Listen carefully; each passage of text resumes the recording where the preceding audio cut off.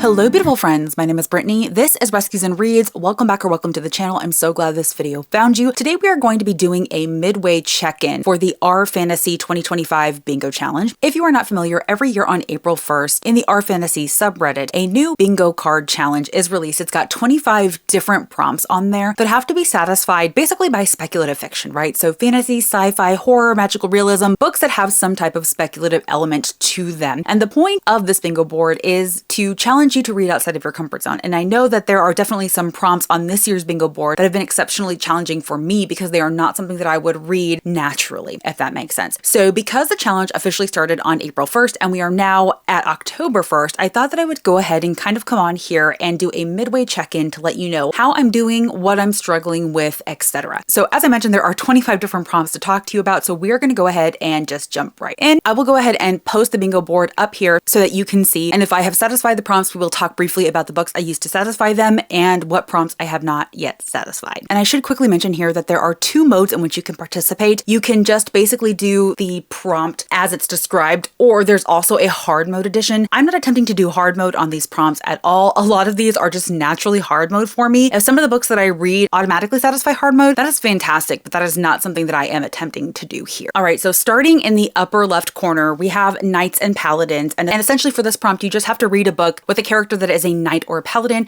And for this, I decided to read The Knight and the Moth by Rachel Gillig. This is Rachel Gillig's newest release. I absolutely loved the Shepherd King duology by her. And so I was excited to try something new. And this was another hit again for me. I absolutely loved the vibes. This is definitely a gothic story. I loved the overall plot. I loved the religious deconstruction that happened in this story, the romance that happened in this story. There was also an amazing side character that was a gargoyle. If you've read this book, you know exactly what I'm talking about. So this was absolutely a hit and it worked perfectly for this prompt. Next, we have Hidden Gem, and essentially you have to find a book with less than 1,000 ratings on Goodreads, and of course you can't count new releases or arcs or anything like that. This is definitely one that I struggled with because I am not somebody that tends to gravitate towards books that have not been thoroughly vetted. You know what I mean? So books that have less than 1,000 ratings on Goodreads, unless they are those brand new releases, they're not necessarily something that I'm naturally going to gravitate towards, but I ended up finding this book called In the Wake of the Wicked by V.B. Lacey. It was on Mel from Eleanor Reads TBR, and I thought that it sounded interesting. The complication with this one came from the fact that there was no audiobook for it. So not only was I taking a chance on this book, but I couldn't even listen to it. I couldn't even read it immersively, but I did go ahead and read it. It was a chunky book. I think it was actually about 600 pages. It took me a while to get through, and it was just fine. I definitely will not be continuing in this. There were definitely a lot of problems that I had with this. I thought there was a lack of development overall with regard to the characters, not necessarily the world. I remember liking the world and the magic system, but not the characters, and I definitely thought that the romance between the two main characters felt a little bit rushed and unnatural to me. So it was kind of a slog to get through at the end, but I'm glad that I ultimately pushed through and was able to make it. Next, we have Published in the 80s, and for this, you just have to read a book that was first published anytime between 1980 and 1989. So anytime you're participating in this challenge, you have the opportunity to replace one prompt with any prompt from a former R Fantasy bingo. And this is the prompt that I decided to go ahead and replace because I literally have zero interest in fantasy that was published in the 1980s. I just cannot do it. I cannot do classic fantasy like that. And so ultimately I decided to replace this with a prior R Fantasy bingo prompt. I believe it was actually from 2024's bingo board, and the prompt was criminals. And so for this, I decided to read The Ragpicker King by Cassandra Clare. This is the second book in the Chronicles of Castellane series by Cassandra Clare. This is, I believe, is her first adult fantasy series. Now, I wasn't impressed by Swordcatcher, and I wasn't going to continue with The Ragpicker King. But then, of course, I believe it was Illumicrate came out with their beautiful special edition that was going to match the one already on my shelves. And I was, you know what? If I'm not going to continue in this series, then I don't need to keep my Illumicrate edition of Swordcatcher. And so in order to convince myself to keep Swordcatcher, I decided to go ahead and get The Ragpicker King. And I'm so glad that I did because I actually enjoyed this one a lot more than Swordcatcher. Swordcatcher was very, very slow overall. I don't feel like hardly anything happened. It was definitely a lot of setup, but then you get into The Ragpicker King and a lot more happened. You get a lot more information, and I liked the setup and what was going to happen next. I liked the trajectory of the story, and so I'm really, really excited to continue into the next book whenever it comes out. Next, we have High Fashion. Read a book where clothing or fashion or fiber arts are important to the plot. It says this can be a crafty main character or a setting where fashion itself is explored. And so this I actually decided to use Caraval. Now, Caraval was a very impulsive read for me in 2025. This is a very, very well-loved young adult fantasy series series from, I think it first came out in like 2015, 2016. It was never something that I had any interest in reading at all, but I've heard nothing but amazing things about it. And when Fairy Loot announced a beautiful special edition set, when I'm telling you that I looked at that set and thought, those are the most beautiful books I've ever seen, I have to have them, that was literally my first reaction to that set. But I wasn't going to invest that kind of money into a series I didn't know if I was going to like. So I randomly decided to pick up Caraval. Thankfully, it was relatively short and pretty easy to get through. And I flew through it and I was like, yeah, this is actually pretty interesting.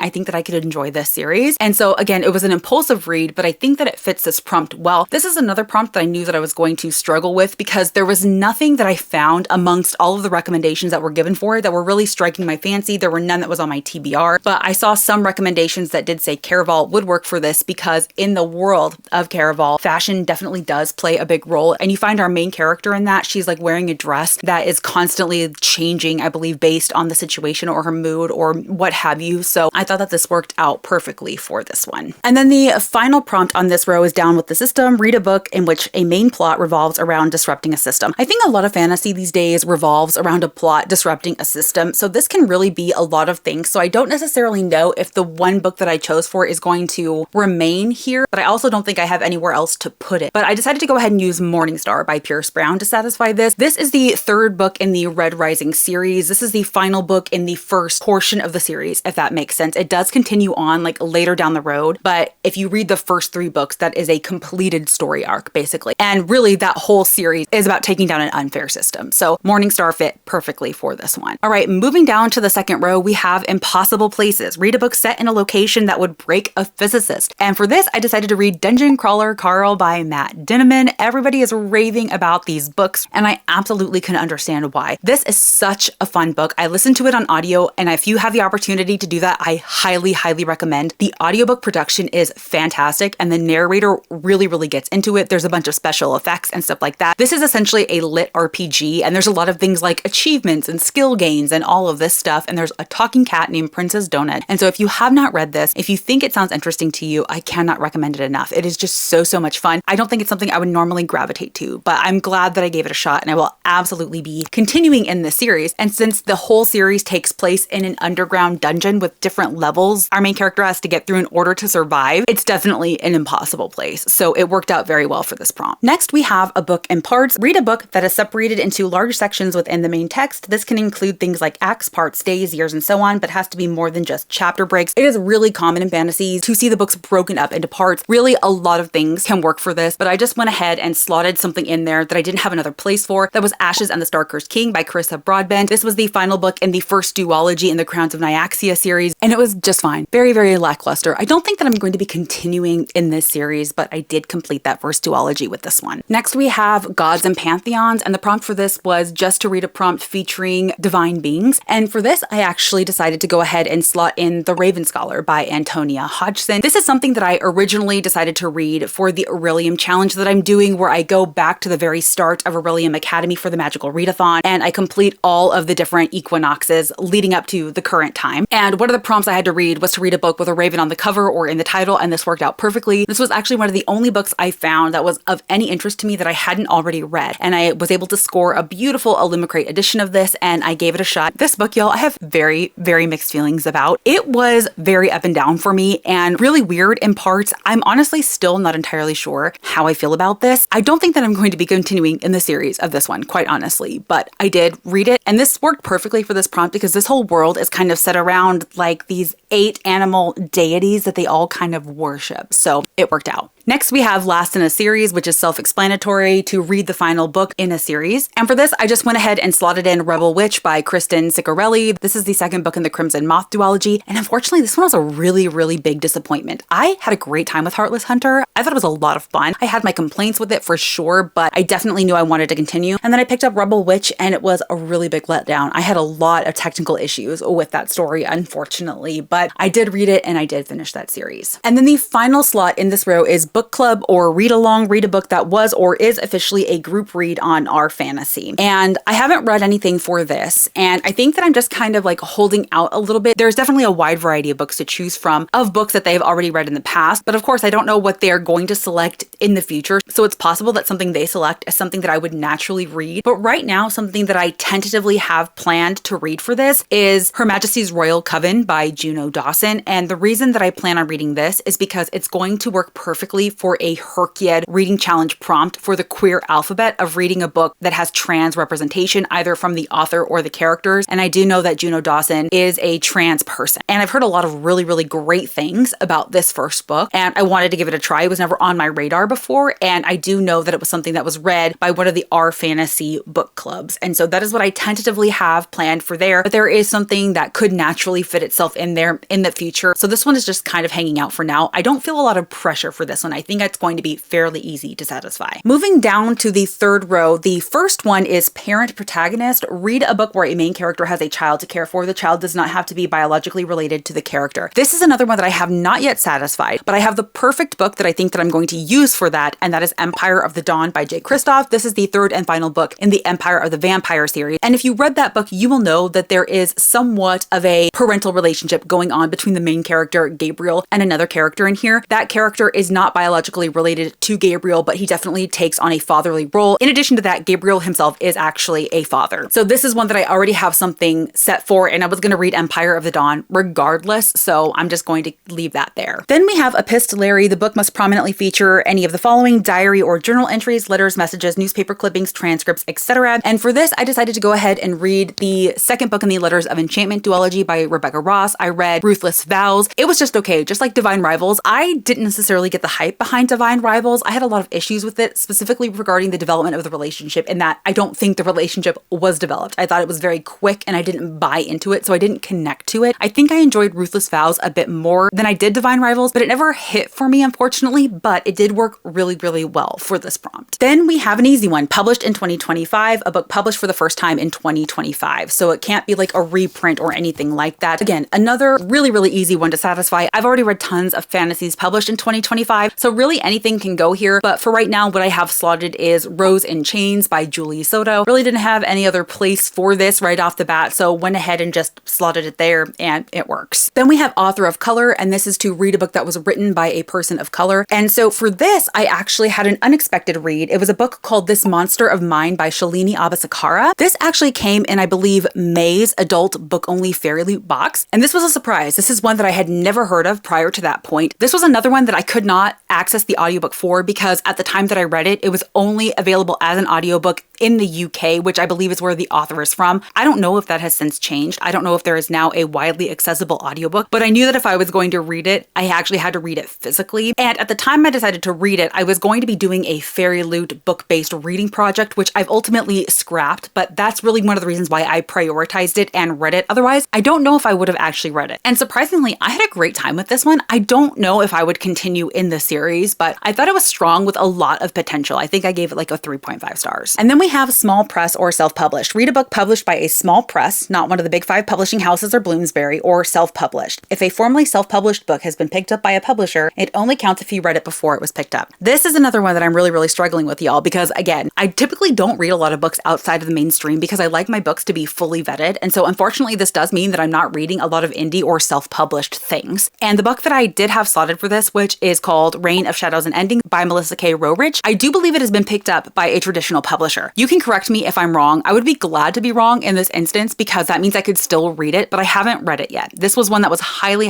recommended to me by Brie from Four Paws in a Book. I've heard this author's name a lot recently with regard to another popular series that she has out right now, but this was a different series that she published, and I read the back of it and it sounded like really interesting, so I went ahead and put it on my radar. But if it has been picked up, that means that I cannot use it for this challenge and I need to find something else. For this one, I definitely need some more recommendations, so please feel free to leave those down below, just kind of keeping in mind find my taste and some of the things that I've liked and disliked in the past. All right, moving down into the fourth row, we're going to go ahead and talk about these next two together because these are both two that I have not yet satisfied and I'm having trouble with both of them. The first one is Biopunk. Now, quite honestly, I'm not even entirely sure I understand what Biopunk means, but the description says, read a book that focuses on biotechnology and or its consequences. I've heard a lot of people say that The Tainted Cup by Robert Jackson Bennett would work really well for this, so that's currently what I have slated for this slot. I'm just a little bit nervous about this one. I've never read anything by Robert Jackson Bennett. I'm not entirely sure if the synopsis appeals to me, but I have heard that there's a big mystery element to it, and that is kind of what is intriguing to me with regard to the story. So I think I could give it a shot, but I would like a little bit more recommendations that I might be able to consider. And elves and dwarves. So I'm gonna be honest, and when I think of elves and dwarves, I think more classic fantasy, and as I mentioned earlier in this video, I'm not a classic fantasy person. Now I do know that there are plenty of fantasies coming out that feature elves and dwarves, but a lot of the plots for that does not appeal to me. Like currently, what I have on my radar for this prompt is a book called Flame and Sparrow by S.M. Gaither. This is a book that I have seen talked about, I know, on Mel's channel as well as a couple of others, and I think I've heard decent things about it, but the reviews are very, very mixed when I go on Goodreads. So I would actually love to hear your thoughts and opinions on Flame and Sparrow, like if you think I could potentially like it, or if you have some other great recommendations for this prompt, I would love to hear that as well, because honestly, I'm struggling with this one. Next, we have LGBTQIAP+ protagonist, and this is just to read a book where a main character is under the LGBTQIAP+ umbrella. And for this, I actually decided to read The One by John Mars. This is a book that I was already going to be reading in my Patreon for our John Mars author read-along, and John Mars himself is queer, and typically he does put queer characters into his stories, and one of the main perspectives in this was queer. And just to clarify, this was one of John Mars's speculative thrillers. It wasn't one of his psychological thrillers. So there was definitely a speculative element to this, and I really, really enjoyed it. Then we have 5 SFF short stories, any short SFF story as long as there are 5 of them. And I did successfully complete this primarily by reading Amazon original stories. I read Summer Frost by Blake Crouch as well as Randomized by Andy Weir, both of which were part of the same original short story collection. I read A Spindle Splintered by Alex E. Harrow, which was a book that was possibly more novella than it was short story, but I'm going to go ahead and count it here. And that wasn't part of an Amazon original collection. That was something that she wrote on her own. It was a Sleeping Beauty retelling. I also read The Conjurer's Wife by Sarah Penner, which I really, really enjoyed. I am beginning to really like Sarah Penner. I'm looking forward to reading more from her in the future. And then the final one that I read was What the Dead Know by Nevo. I did successfully satisfy this category, and quite honestly, it gave me more of an appreciation for short stories. I am not a short story girly because typically it doesn't give me the substance that I want, right? There's only so much you can do in like 60 pages of a story, but I really enjoyed some of these and they left me wanting more, which I think is a sign of a really great short story. So I would actually be willing to explore more short stories in the future. So I'm very grateful for this prompt, actually. And then the final one for this row was Stranger in a Strange Land. Read a book that deals with being a foreigner in a new culture. And for this, I actually had just finished Bride by Ali Hazelwood, and this worked out really well because it follows a vampire who has to go live in werewolf territory. That was actually kind of a little bit of a gimme because, like I said, this challenge started on April 1st, and I think I had finished this book a couple of days after April 1st before I found out about this challenge and decided to participate in it. So it worked really well that by the time I started this challenge, I had already finished one book. All right, and then we are on to the 5th and final row, and the very first prompt is to recycle a bingo square, and that is use a square from a previous year as long as it does not repeat one on the current card. And there were quite a few that I was really interested in, but I picked one that I felt like was going to be the easiest to satisfy in the natural course of my reading, and that was just to read a romantasy. And for this, I went ahead and read Onyx Storm by Rebecca Yarros. I have the unpopular opinion that I actually enjoyed Iron Flame more than Onyx Storm. Yeah, so I really, really enjoyed Iron Flame. I'm not entirely sure what people's problems are with that, but I didn't enjoy Onyx Storm as much. But of course, I will be continuing in the series. I enjoy it overall. The next square is Cozy SFF, and I had the perfect one for this picked out immediately. That was the next book in the Assistant to the Villain series by Hannah Nicole Mayer. This one was called Accomplice to the Villain. I love this series so much. I love all of the characters. I love the banter. It is so incredibly wholesome and funny at the same time. I did go ahead and read Apprentice to the Villain shortly after it came out. Unfortunately, it was during the height of my reading slump, and so I don't feel like I was able to get as much enjoyment out of it as I otherwise would have, but I still thought it was a solid story, and based on the way it ended, I'm really looking forward to the next one. Y'all, Archie is over here being so cute. He is playing with his feet. He is grabbing his foot and nibbling on it, and it's just so adorable. Next, we have generic title. Read a book that has one or more of the following words in the title: blood, bone, broken court, dark shadow, song, sword, or throne. And I remember when I saw this prompt, I was a little bit salty because it has royal words in here like throne and court, but it doesn't have other popular royal words like king or crown. I had plenty of books on my TBR that had like like king or queen or crown in the title. And so I was really salty about this one because I was like, man, if they had just incorporated a couple more words, I would have been set. Originally, I was going to read Blood and Steel by Helen Schurer for this because this is another romantasy, fantasy romance series that I've heard going around. A lot of people really, really enjoy it. And at the time, I actually had nothing else on my radar or TBR that I wanted to read soon. But one book actually recently came into my life and it has the word bones in the title. It is a horror novel by Jennifer Givon called Saltbones. This is actually a top priority for me to read by the end of 2025 and it's actually on my October TBR. So hopefully I will be getting to this very, very soon and it will fit nicely into this slot. And then we have not a book. Do something new besides reading a book. So for this, I actually watched a movie. My husband and I typically have like a movie night every single weekend where we choose a movie that we want to watch. And on a weekend a couple of months ago, he decided that he wanted me to watch the Underworld series. And I had never watched any of those movies before. So we watched the first one and I believe that we have since watched one or two others in that series. So that was definitely something new to me. I had never watched it before. So that was a pretty easy square to satisfy. And the final prompt is pirates. And so this is basically just to read a book with a character that engages in piracy. I struggled with this one a little bit as well, but I do think what I'm going to end up reading for this is Namesake by Adrienne Young. This is the follow-up to Fable. Now, Fable was actually my very first experience with Adrienne Young. I read it several years ago and I had a great time with it, but I didn't feel compelled to continue with it, especially as I've moved more and more away from YA. But since then, I have read 3 of Adrienne Young's adult magical realism stories and really, really loved them. And I like her as an author. Since fantasy is still something that I'm willing to explore in the young adult age range, and I do remember really enjoying Fable, I think I'm going to continue with Namesake, although I'm definitely going to need a refresher on Fable because I remember almost nothing about it. But I do think that this is going to be an easy win. It's not going to be anything super long or complicated, and I think it's something that I can get through pretty quickly. So I'm looking forward to that. So if my calculations are correct, that means I've actually satisfied 18 of the 25 squares, and I've read closer to, I would say, about 75% of the books. But I'm still nervous that I might not finish the challenge simply because some of these ones are definitely harder for me to satisfy, and some of the books that I plan on reading for them, they're not ones that I want to prioritize over other fantasies that I have on my list. So I'm still a little bit worried, but I hope that I'm going to be able to pull it out in the end. Please, of course, if you have any suggestions for the scores that I haven't already satisfied, please leave those down below, or please comment down below and let me know if you are participating in our fantasy bingo, and if so, how your our fantasy bingo is going so far. Or if you made it to the end of this video and you are not feeling chatty, go ahead and leave me any type of magic emoji in honor of our fantasy bingo. Maybe you leave me a crystal ball, maybe you go ahead and leave me a dragon or a fairy or what have you. And as always, if you like this video or if you just like me, I'm going to ask you to do all the standard YouTube things like comment and subscribe. It's free for you, but it helps me out so